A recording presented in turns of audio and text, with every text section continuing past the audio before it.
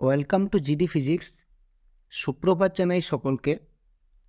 আজ 9 জানুয়ারি, পশ্চিমবঙ্গের শিক্ষাক্ষেত্রে অত্যন্ত বিশেষ দিন। আজ আমাদের সবারই নজর সারাদিন থাকবে কলকাতা হাইকোর্টের দিকে। আজ কলকাতা হাইকোর্টে দুটি হাই প্রোফাইল মামলা একত্রে শুনানি হবে একই দিনে। প্রথম কেসটি হল নিয়োগ দুর্নীতি মামলা।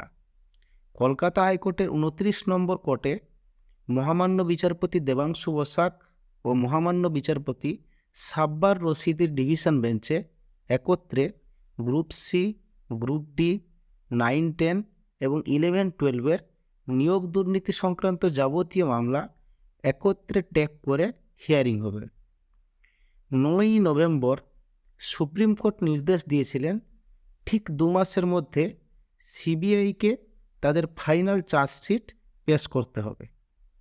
আগামীকাল ঠিক 2 মাস সম্পূর্ণ হচ্ছে।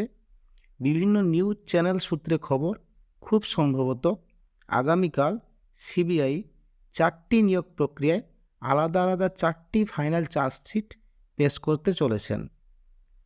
আবার এদিকে কোচ লিস্টে কেসের সংখ্যা দেখে আমার তো চক্ষু চড়ক গাছ।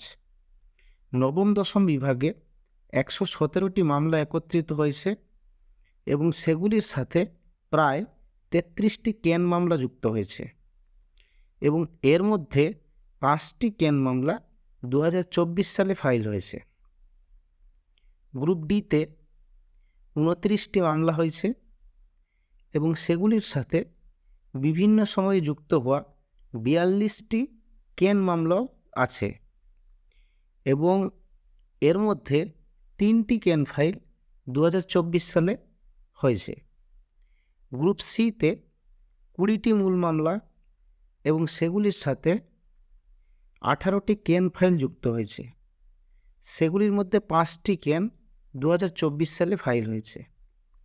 11-12 ক্ষেত্রে 14টি মূল মামলা এবং সেগুলির সাথে 17টি ক্যান ফাইল হয়েছে এবং যাদের মধ্যে 3টি ক্যান ফাইল 2024 সালে হয়েছে। সব মিলিয়ে 4টি বিভাগে মোট 180টি মামলা এবং সেগুলির সাথে বিভিন্ন সময়ে ফাইল হওয়া প্রায় 110টি ক্যানও রয়েছে।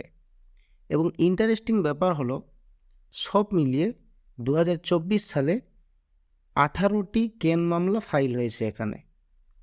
এই বিপুল সংখ্যক কেস আপাতত এক জায়গায় এসে পৌঁছেছে। এগুলি একত্রে শুনবেন বিচারপতিদ্বয়। হয়তো ভবিষ্যতে এখানে আরও কিছু কেস বিভিন্ন বেঞ্চ থেকে এলেও আসতে পারে। সব মিলিয়ে নিয়োগ দুর্নীতি মামলাগুলির শুনানি খুব ইন্টারেস্টিং হতে চলেছে। অপরদিকে 8 নম্বর কোর্টে মহামান্য বিচারপতি সৌমেন সেন ও মহামান্য বিচারপতি উদয় কুমার দুপুর 2টোর সময় শুনবেন বহু আলোচিত এবং বহু প্রতীক্ষিত আপার প্রাইমারি মামলা। মূল মামলা মেট 638 অফ 2021 এর সাথে প্রচুর মামলা একত্রে ট্যাগ করে বিচারপতিদ্বয় শুনছেন। আপার প্রাইমারি চাকরি প্রার্থীরা দীর্ঘদিন ধরে অপেক্ষমান রয়েছেন।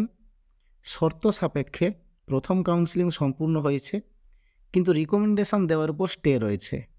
দেখা যাক এই মামলায় আজ কোনো সুখবর পাওয়া যায় কিনা, সেদিকেও আমাদের নজর থাকবে। দুদিকেই আমাদের নজর থাকবে। খবর পেলেই সমস্ত ইনফরমেশান দেওয়া হবে। সমস্ত আপডেটের জন্য চ্যানেলটি সাবস্ক্রাইব করুন এবং জিডি ফিজিক্সের সাথে থাকুন। ধন্যবাদ।